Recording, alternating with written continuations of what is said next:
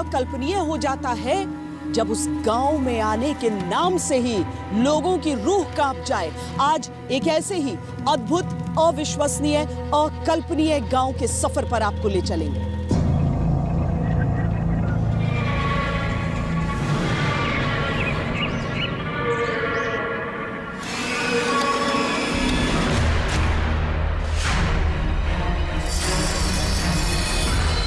पृथ्वी की सबसे जादुई जगह,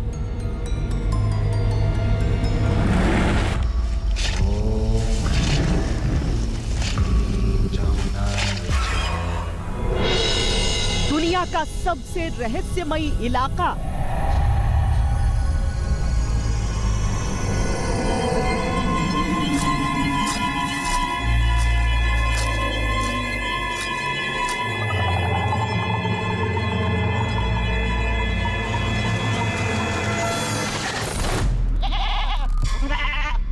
जहां की कहानियां तो बाहर आती हैं, लेकिन कहते हैं वहां कोई नहीं जा पाता। यहां जो दिखता है वो माया है, जो नहीं दिखता वो मायावी।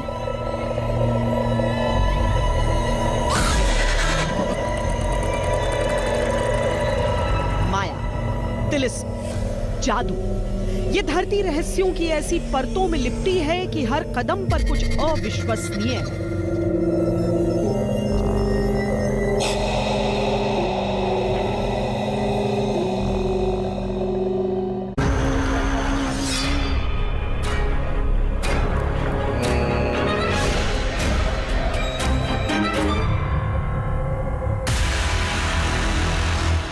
असम का मायोंग गांव, जैसा नाम वैसी ही कहानी है इस गांव की। मायोंग का मतलब है मायावी, और इस गांव में सब कुछ मायावी नजर आता है। मायोंग का मतलब कि तंत्र मंत्र विद्या का देश है। लंबे समय तक ये गांव बाहरी दुनिया के लिए बंद रहा। लंबे समय तक यहाँ की कहानियां किंवदंतियों की तरह सुनाई गई। लंबे समय तक इस गांव के तिलिस्म से सहमी रहती थी दुनिया। आज भी इस गांव के कई रहस्य राज ही हैं। माना जाता है कि नगरी उन्हीं की ब्लैक मैजिक वालों। Black magic. अच्छा, ब्लैक मैजिक या magic? Black magic. Black magic. तो किसी ने आने से रोका नहीं, डरे? नहीं जी, बोला है, रोका था। नाइट का मना किया था, बट हम मॉर्निंग में आए तो अभी नाइट के पहले निकलना है हमें यहाँ से। अच्छा जी। लोगों ने डराया है। जहाँ स्टेशन रहते हैं वहाँ हमने उनसे पूछा तो पता नहीं दे रहे थे।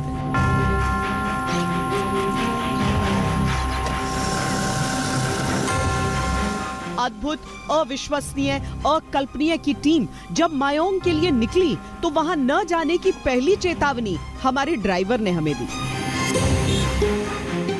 वैसे डरते हैं हमेशा? पूरा डरते हैं मैडम जी। क्यों? ये जंगल ऐसा जंगल है ना, बहुत भयानक रूपनगर का जंगल। इसका कोई अंदर चला गया तो कभी वापस नहीं आएगा। जो जानता है वो उसी को जाना अंदर। अच्छा, तो अंदर कौन रहता है? अंदर में एक बहुत बड़ा मंदिर है, उसके ऊपर कोई नहीं जा सकता। जो जानता है वही जा सकेगा। बड़े बड़े जैसे साधु संत आते हैं ना, वो लोग जा सकते हैं। तो अगर कोई चला जाएगा तो उसको क्या कर देगा उसके साथ? कोई चला जाएगा तो वापस नहीं, जंगल में भटकता रहेगा। ये जंगल ऐसा है ना, जादू टोना बहुत होता है इधर में। क्या करते हैं? मेन यहाँ का तांत्रिक बाबा है, वो मना करता है नहीं वापस जाओ। वो लोग मानते नहीं हैं, तो इसलिए उनका बकरा बना के छोड़ देते हैं।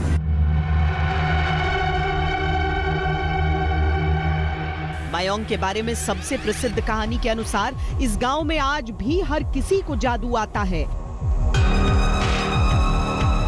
और ये कोई तमाशे वाला जादू नहीं होता। उड़ भी सकते हैं। वो एक आदमी लड़की ने दिल्ली रहा। उड़ भी सकते हैं। एक लड़के ने यहाँ की लड़की से शादी करने से इनकार कर दिया, तो मंत्र पढ़ने से वो आ गया। आ जाएगा। मंत्र शक्ति से बंदूक से गोली की जगह पानी निकल सकता है। रिवॉल्वर है, उसी का गोली नहीं निकलेगा, पानी भी निकलेगा।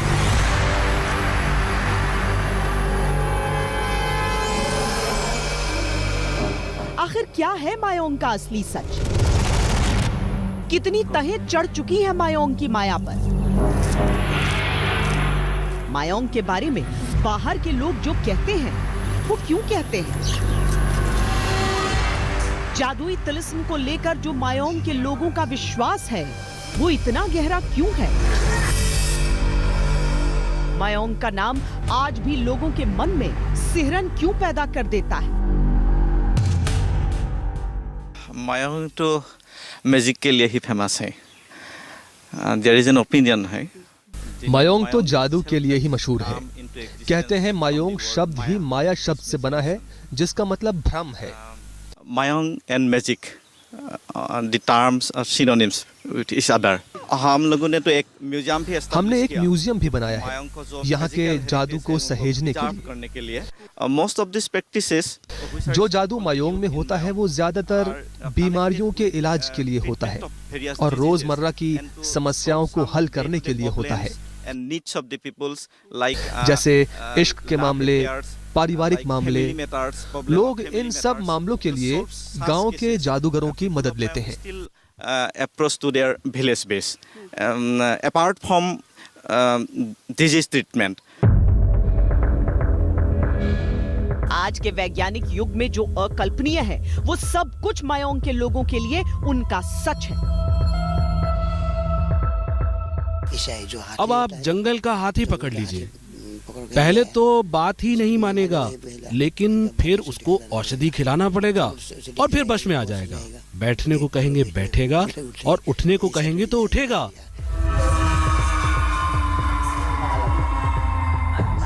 विश्वास करना मुश्किल था कि ऐसा भी हो सकता है।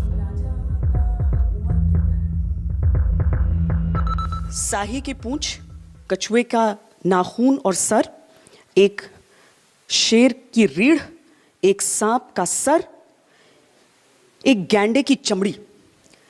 वशीकरण मंत्र के लिए किन चीजों का इस्तेमाल होता है वो ये ऐसी ऐसी चीजें यहां पर रखी हैं। एक उल्लू का दिल, एक कोबरा का बैकबोन,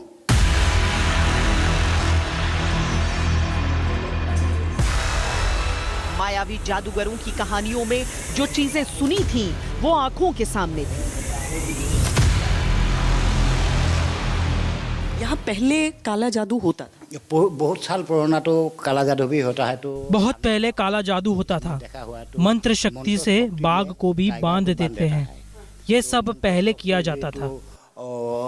लोया जाता है, ये सब बहुत आदमी को मारने के लिए पहले था। बहुत कोशिशों के साथ, बहुत परिश्रम के साथ मायोंग का जो पूरा इतिहास है, यहाँ की जो पूरी संस्कृति है, उसे इकट्ठा करके लोगों के घरों से ले लेकर यहाँ पर संजोया गया है। जो यहाँ के राजा हैं उन्होंने भी अपने घर में जितनी चीज़ें थीं वो सब यहाँ पर दी, ताकि जो भ्रांतियाँ गाँव को लेकर रहीं या फिर जो किस्से कहानियाँ रहे उनके बारे में आकर लोगों को यहाँ पर सब कुछ पता चल जाता है।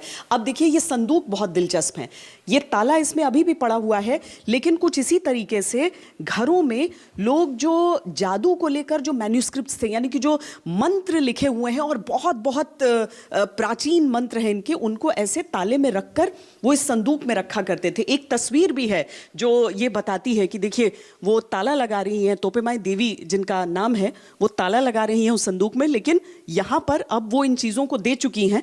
और यहाँ पर अगर आप इस पूरे हिस्से में देखेंगे तो लकड़ियों से बने कागज पर और प्राकृतिक इंक के साथ इन सारी चीज़ों को यहाँ पर लिखा गया, क्योंकि ये स्मरण के साथ आती थी, मन में रहती थी, लेकिन धीरे धीरे इसे लिखा गया और अब तो और बेहतर व्यवस्था हो गई है तो वो अलग तरह से है। लेकिन जितने मंत्र हैं जो बहुत प्राचीन और बहुत ताकतवर जिन्हें माना जाता है वो सब यहाँ पर लाकर रखे गए। लेकिन अभी भी कहा जाता है कि गाँव वालों के पास एक बहुत बड़ा हिस्सा इसका अभी भी बाकी है।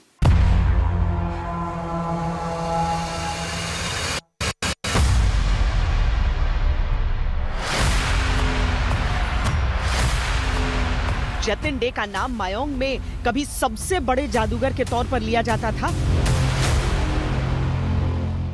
उनकी मृत्यु के बाद उनका संदूक जब खोला गया तो उसमें से निकलने वाली हर एक चीज हैरान कर गई।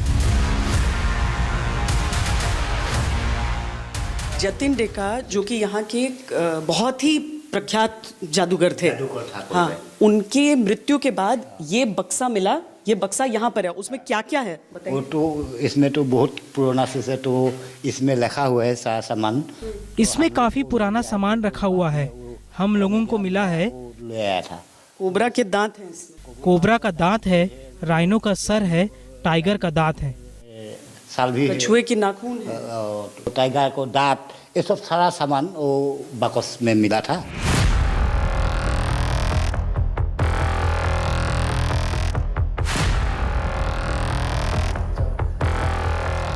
कोरोना नाथ ने दावा किया कि अब उस तरह का जादू नहीं होता। काले की जगह अब सफेद जादू होता है। हम आपको इन दोनों का फर्क भी समझाते हैं। कहते हैं ब्लैक मैजिक किसी को वश में करने, किसी को हानि पहुंचाने के लिए इस्तेमाल किया जाता था, जबकि व्हाइट मैजिक छोटी मोटी बीमारियां या तकलीफें दूर करने के लिए किया जाता है। ज़्यादा आदमी आता जाता था, कर्नाटक, हरियाणा, बॉम्बे, ऑस्ट्रेलिया। हमारे पास हरियाणा, मुंबई और दूसरी जगह से लोग आते हैं, सब लेकिन उन्हें तंत्र मंत्र की जानकारी नहीं होती, जानकारी हुआ तो वो हमारे इलाज पर भरोसा करते हैं। हम क्या हम जो जानकारी है वो अच्छा कर दिया, इलाज कर दिया। पर साथ ही ये दावा भी किया जाता है कि काला जादू के लिए प्रयोग किए जाने वाले जो सैकड़ों मंत्र हैं, उनमें से कई गांव वाले स्वेच्छा से प्रशासन को सौंप चुके हैं, पर बाकी मंत्र अभी भी गांव वालों के पास ही हैं और इनकी संख्या है लगभग 400। हम लोगों ने सर्वे किया था, मोर देन 400 से ज्यादा मंत्र अभी भी गांव वालों के पास हैं। 400 मैन्युस्क्रिप्ट अभी तक उनके पास है, उन्होंने हैंडओवर अभी नहीं किया। अब तक नहीं किया। तो कैसे हैं ये मंत्र? कितने शक्तिशाली हैं? कितने डरावने हैं? कितने घातक हैं? और कौन करता है इनका इस्तेमाल? ताज्जुब नहीं कि आज भी गांव में पुराने जादूगरों का खासा रसूख और इज्जत है। लोगों के मन में यह एहसास और विश्वास है कि ये जादूगर आज भी अलौकिक शक्तियां रखते हैं। हालांकि अब गिनती के जादूगर गांव में रह गए हैं। ये फणीश्वर नाथ हैं, उम्र 72 साल। उनसे हमने पूछा कि वो कितना चमत्कार कर सकते हैं। यहाँ पर एक आदमी था ना, वो टाइगर का यहाँ पर एक आदमी बाघ का कान पकड़कर उसको पानी पिलाता था, लेकिन अब वो लोग नहीं हैं। ऐसे आपके पास भी मंत्र हैं? हाँ, थोड़ा मंत्र है। फणीश्वर नाथ को अपने मंत्रों पर और अपनी काबिलियत पर आज भी भरोसा है, पर उन्हें अफसोस है कि केवल मंत्र से कुछ नहीं होता। अब नए नियम कानून के कारण वो चीजें मिलती ही नहीं जिससे वो चमत्कार दिखा सके। वैसे एक बात तो थी कि मयोंग में जादू की बात से इनकार कोई नहीं कर रहा था, बस साथ में ये जरूर कहता था कि जो होता था वो पहले होता था, अब ब्लैक मैजिक नहीं होता। यहाँ पर कहते हैं मयोंग मैजिक विलेज है, ऐसा ही कि मतलब यहाँ पर जादू बहुत होता है, सबको आता है। इतना नहीं होती, थोड़ी थोड़ी होती है। थोड़ी थोड़ी होता है, सुना है इसके बारे में? हाँ, थोड़ा थोड़ा जादू चलता है यहाँ पर। हाँ। बड़े बड़े लोग को आता है, जो मतलब बूढ़े लोग हैं, बुजुर्ग लोग हैं, हाँ, उनको आता है। मयोंग को लेकर कई कहानियां हैं। स्थानीय किस्सा है कि सैकड़ों साल पहले मोहम्मद शाह नाम के एक बादशाह ने 1 लाख की सेना लेकर मयोंग पर आक्रमण किया। लोग कहते हैं कि तब यहाँ हजारों जादूगर और तांत्रिक रहा करते थे। उन्होंने जादू से ऐसी दीवार खड़ी कर दी जिसे पार करते ही सैनिक गायब होते चले गए। 1 लाख घुड़सवार सैनिक कहाँ गए, ये स्थानीय लोगों के अनुसार कभी कोई नहीं जान सका। इसी तरह ये भी कहा जाता है कि 1667 में मुगल औरंगजेब ने जब असम पर कब्जा करने की ठानी तो उसका सामना भी मयोंग की माया से हुआ। उसकी सेना की जो टुकड़ी मयोंग गई वो फिर वापस लौट कर नहीं आई। पर ये कहानियां हैं और इन कहानियों का कोई ठोस सबूत किसी के पास नहीं। पर मयोंग के जादूगर तब भी थे, अब भी हैं। मिलिए मयोंग के एक और मशहूर जादूगर से, प्रवीण साइकिया। बुजुर्ग हो चले हैं पर पुराने दिनों के इनके दावे सुनिए। पहले था अभी भी ये जो वशीकरण है ना, वशीकरण औषधि से तो आप भी वश में हो जाएंगी। वशीकरण औषधि होता है, इसमें मंत्र होता है। इसे आपको खिला दिया तो बुलाने से आप भी आ जाएंगी।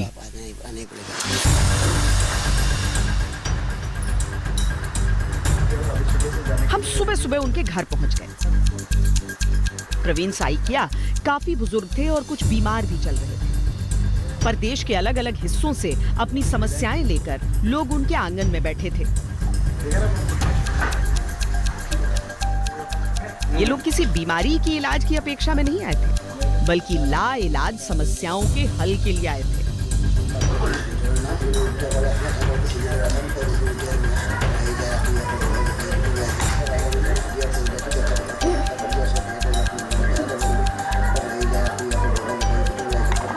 इलाज नहीं मिला लोगों को, सब देखेगा तो नॉर्मल दिखाया जाता है, लेकिन बीमारी सुनना नहीं।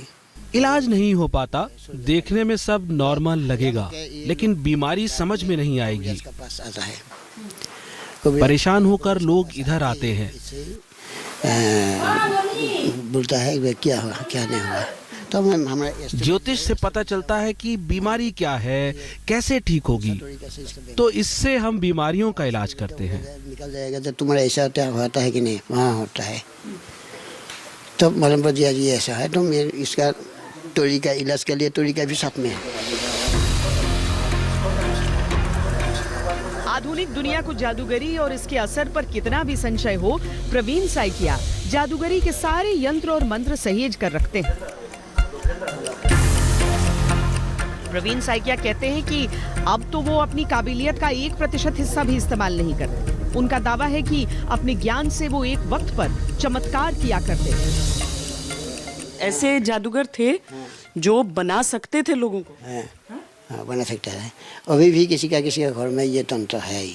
अभी भी किसी न किसी घर में ये तंत्र है। मेरे पास भी हैं ऐसे तंत्र जो लोगों को परेशान कर सकते हैं। लकड़ी से मछली बना सकते हैं और लकड़ी से मछली बन सकता, इसमें भी है।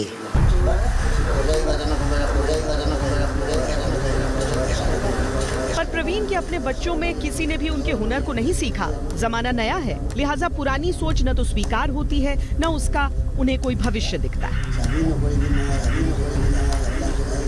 अभी सीखने का तो अभी टाइम ही नहीं है, और दूसरा बात ये कि ये सब सीखने का एक्चुअली क्या है, आपका बहुत धैर्य लगता है कुछ भी करने के लिए। मतलब उसमें एक एक मंत्र के लिए जप करना पड़ता है, बहुत नियम से रहना पड़ता है, खाने का, पीने का, चलने का। तो ये सब करने का आजकल का ज़माना का लड़का लोगों का कहाँ इतना मतलब धैर्य है। अभी भी बहुत सारे लोगों का मतलब मन में ये है कि मायोंग में क्यों मतलब लोग आज नया ज़माना का लोग नहीं सीख रहा है, लेकिन ऐसा नहीं है। बहुत सारा नया ज़माना का भी आया हुआ है, लेकिन वही है मतलब टाइम के बजाय उन लोग सीख नहीं पा रहा है। पर मायोंग का इंद्रजाल क्या आज भी रोजमर्रा की जिंदगी के पीछे जिंदा है? क्या वाकई किसी कोने में आज भी वो जादू, वो सम्मोहन, वो माया मायोंग की सच्चाई है?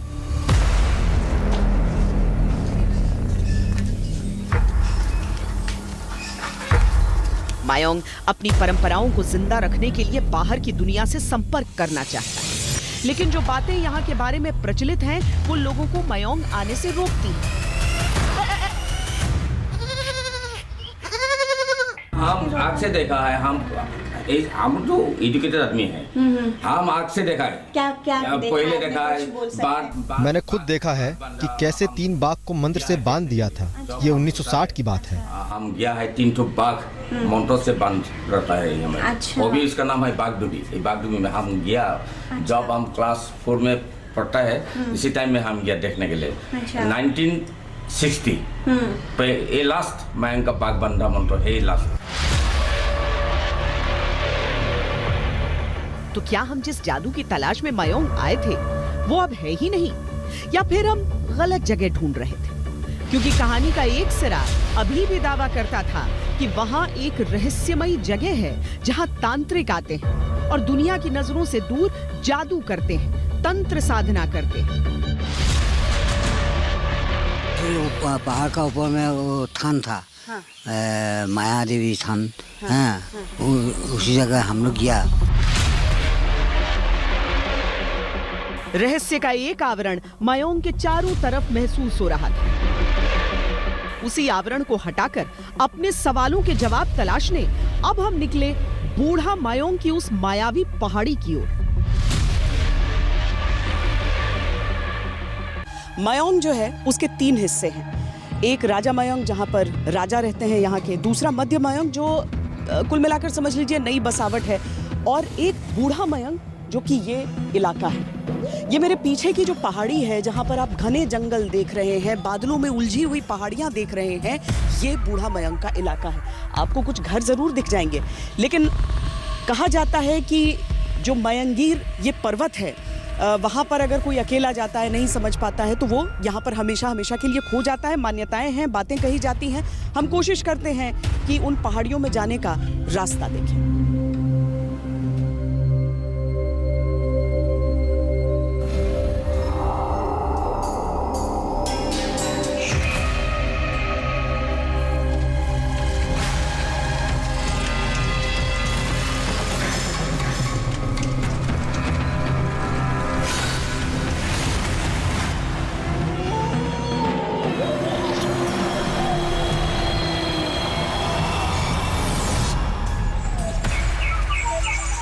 जादू की नगरी मायोंग को लेकर जितने किस्से हैं, उन सब का सिरा इसी पर्वत से जुड़ता है।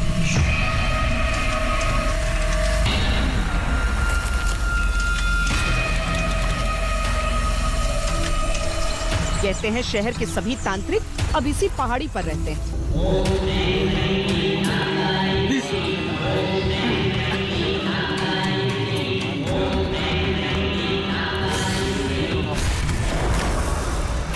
इस पहाड़ की चोटी पर एक मंदिर है, माया मंदिर, और वहां पहुंचते ही सारे राज हमारे सामने होंगे।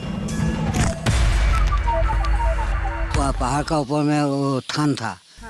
पहाड़ के ऊपर माया देवी स्थान है। जो लोग जानते हैं वही जाते हैं। हाँ, बहुत दूर में है। एक तो पुखरी मतन। तो कहते हैं जो नहीं जानता है वो खो जाता है वहाँ पे। वो जो जानता है, जो लोग जानता है वो लोग जाता है उधर, बाकी कोई नहीं जाता। नहीं जाता है। अच्छा, अब भी वहाँ पर पूजा होती है? कहाँ? ऊपर अभी भी पूजा होती है, दूर दूर से लोग आते हैं। तो इतना घना जंगल है, उसके बीच में? हाँ, इसको बीच में होता है, और बहुत दूर दूर से आदमी आ गए उसी जगह गया था। ऐसा लग रहा है कि गोल गोल घूमकर वहीं पर पहुंच जा रही हूँ। पेड़ों से ये समझना ही मुश्किल है कि सही रास्ते में जा रही हूँ या फिर गलत। कुछ ऐसा निशान लगाने की ज़रूरत है ताकि समझ में आए कि इस पेड़ को हमने एक बार क्रॉस किया है कि नहीं किया है। तभी समझ में आएगा कि रास्ता सही है या फिर गलत।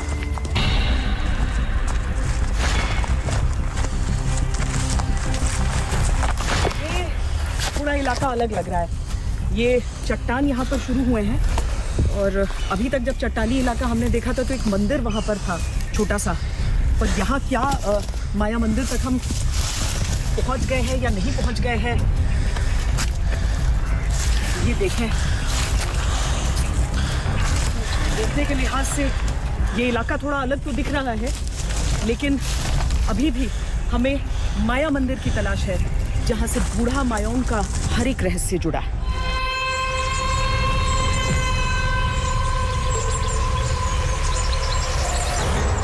पूरा रास्ता भूल भुलैया था। दावे के अनुसार बूढ़ा मायोंग के घने जंगलों में अब भी तांत्रिकों और मांत्रिकों का निवास होने की बात है। इस पेड़ पर कुछ निशान लगा ही देती है।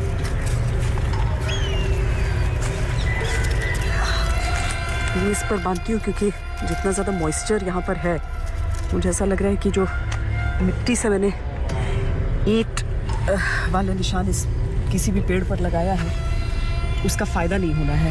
वो नमी की वजह से वो रंग दिख नहीं रहा है, ये शायद हमें दिखे। जंगल में जाने से पहले एक चेतावनी दी जाती है, जो हमें भी दी गई, कि वहाँ कोई बाहरी व्यक्ति नहीं जा सकता, क्योंकि जो जाता है वो लौट के नहीं आता। हम जैसे जैसे आगे बढ़ते जा रहे थे, कदम कदम पर ऐसे चिन्ह दिख रहे थे जो ऐसा मानो बता रहे हों कि आगे का रास्ता चौंकाने वाली चीजों से भरा हो सकता है। लेकिन सही कहें तो प्रत्यक्ष केवल पेड़ पौधों का झुरमुट दिख रहा था और कुछ भी नहीं। ये पहाड़ की ऊंचाई बहुत ज्यादा नहीं है, लेकिन पेड़ घने इतने हैं कि एक तो उनके बीच से रास्ता निकालना थोड़ा मुश्किल हो रहा है, और घने हैं तो वो दिशा समझना भी बड़ा मुश्किल हो रहा है। एक और बहुत दिलचस्प बात हमें यहाँ दिख रही है। आमतौर पर शक्ति साधना वाली जगह देवी आराधना होती है, लेकिन यहाँ हमें शिव जी और गणेश जी के मंदिर के दर्शन हो रहे थे।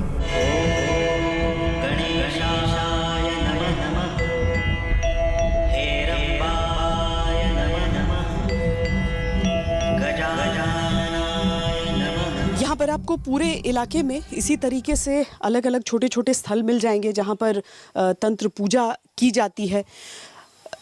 खास करके यहाँ पर जो मंदिर होते हैं वो या तो गणेश जी के मंदिर होते हैं या शिव जी के मंदिर होते हैं। ये एक ऐसा मंदिर है जहाँ पर गणेश जी भी स्थापित हैं और एक शिवलिंग के साथ लगे हुए। तो ये माना जाता है, ये मान्यता है कि गणेश जी और शिव जी एक साथ यहाँ पर वास कर रहे हैं।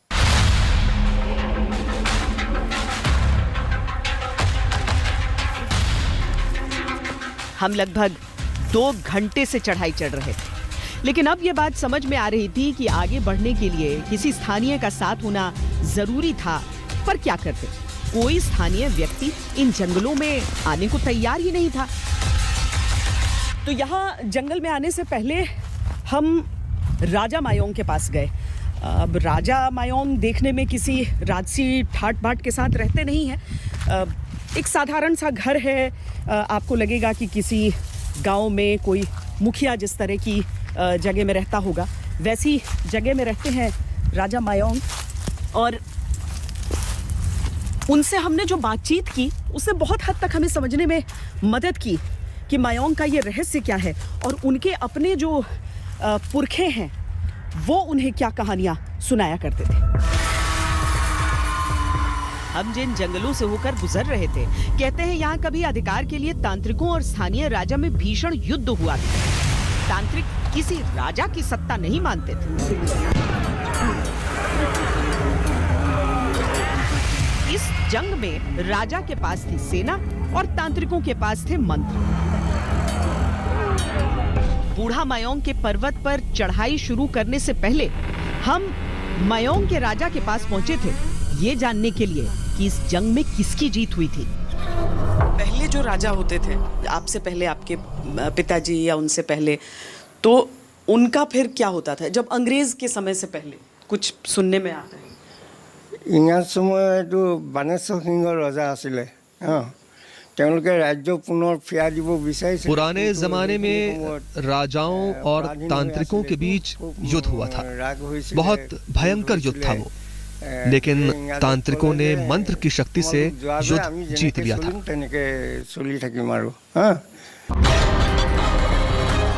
राजा को यह बताने में जरा भी संकोच नहीं हुआ कि उनके पुरखों की सेना तांत्रिकों से हार गई थी। सदियों पहले युद्ध हारने के बाद राजा ने घने जंगलों और पहाड़ों वाले हिस्से से पलायन किया और कुछ दूरी पर अपना साम्राज्य बसाया। मायोंग बट गया। बूढ़ा मायोंग तंत्र मंत्र करने वालों के पास रहा। दूसरा राजा वाला हिस्सा पारंपरिक मायोंग हो गया और एक नया मायोंग है जहां नई पीढ़ी के लोग नई सोच के साथ रहते हैं। बाकी का मायोंग तो धीरे धीरे दुनिया के लिए अब खुल रहा है और खुलेगा, पर जिस हिस्से में हम आगे बढ़ रहे थे वो अभी भी रहस्य के आवरण में था। देखिए, यही जो हमें लग रहा था कि क्या हम एक ही रास्ते पे जा रहे हैं, ये जिस पेड़ पर बांधा था उसी जगह पर वापस पहुंच गए हैं। और मुझे लगता है कि कम से कम तो 1 किलोमीटर मैं चली हूँ, क्योंकि 15 मिनट का लगभग समय हो गया है चलते हुए। तो अब कोई और दिशा ढूंढनी होगी। अंधेरा गहराने लगा था और मायोंग का रहस्य भी। जैसे जैसे जंगल घना हो रहा है वैसे वैसे यहाँ पर अंधेरा भी बढ़ता जा रहा है। और अंधेरा बढ़ने के साथ ही ये लग रहा है कि रास्ता ढूंढना थोड़ा सा और मुश्किल होगा।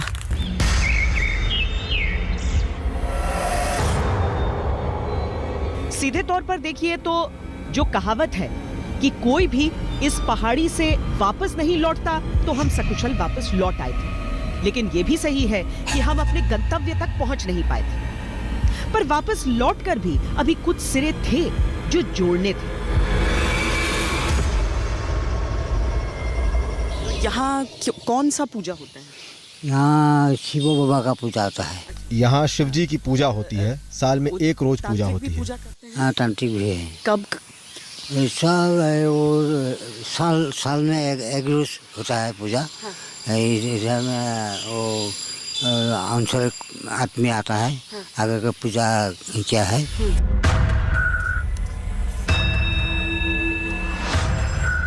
जादूगर सुरेन डेका 80 साल के हो चुके थे। उम्र के साथ ज्यादा बोल सुन तो नहीं सकते थे, लेकिन जैसे ही जादू का नाम आया था, आपने देखा उनकी आंखें कैसे चमक उठी थी। जानो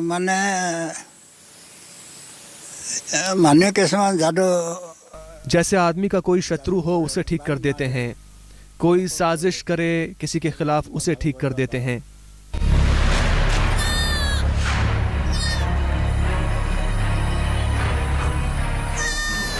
कुल मिलाकर हमने पूरे मयोंग में जितनी कहानियां अब तक लोगों से सुनी, वो उन सभी कहानियों से मेल खा रही थी जो हम मयोंग आने से पहले सुन चुके थे।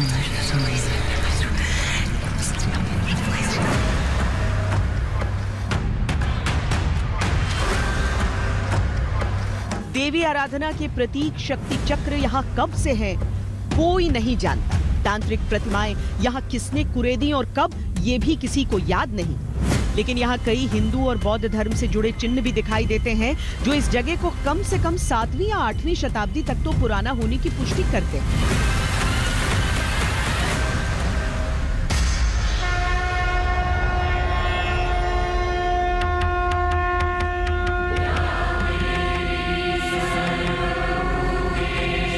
माना जाता है कि मयोंग की एक कड़ी 45 किलोमीटर दूर विश्व प्रसिद्ध कामाख्या देवी मंदिर से जुड़ती है।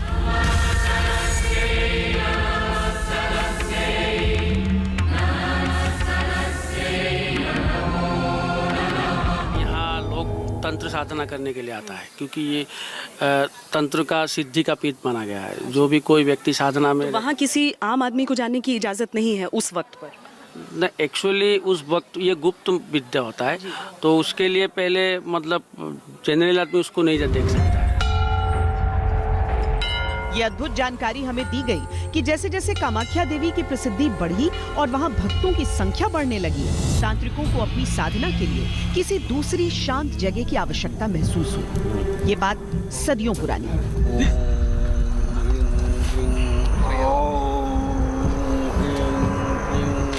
तंत्र मंत्र के लिए शांति चाहिए, खाली चाहिए। तंत्र मंत्र के लिए वो आदमी को हुलस्थुल नहीं चाहिए, डिस्टर्ब नहीं करेगा। तो कामाख्या, पहले कामाख्या देवी वाले पहाड़ पर उसी पर मंत्र था, लेकिन वो आदमी ज़्यादा आदमी आया तो इसीलिए वो मंत्र बुट से नदी से आकर के वो जगह में बैठे था।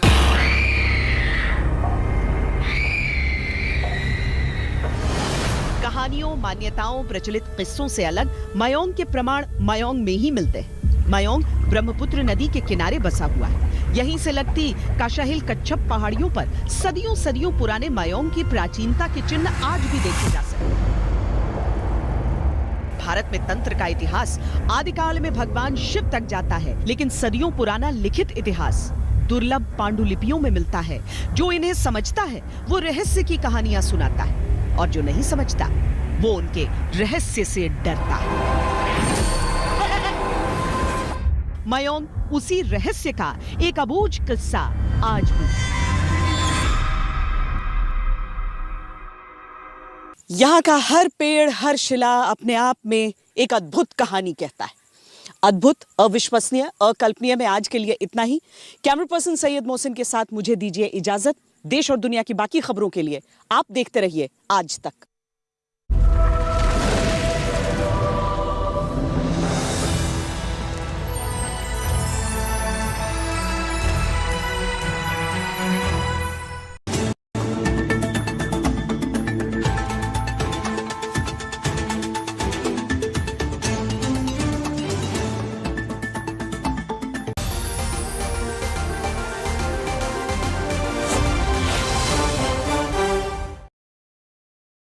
आपने सर कभी समझौता नहीं किया तो बियर्ड कलर करते वक्त हेयर कलर लगाकर समझौता क्यों? बिगिन मेंस बियर्ड कलर, ये ग्रेस को कवर करे नेचुरली, ज्यादा dark beard. Bigen, go for bet. मैं बसंत की बहार भी हूँ, मैं वर्षा का नम श्रृंगार भी, मैं चमकते सितारों की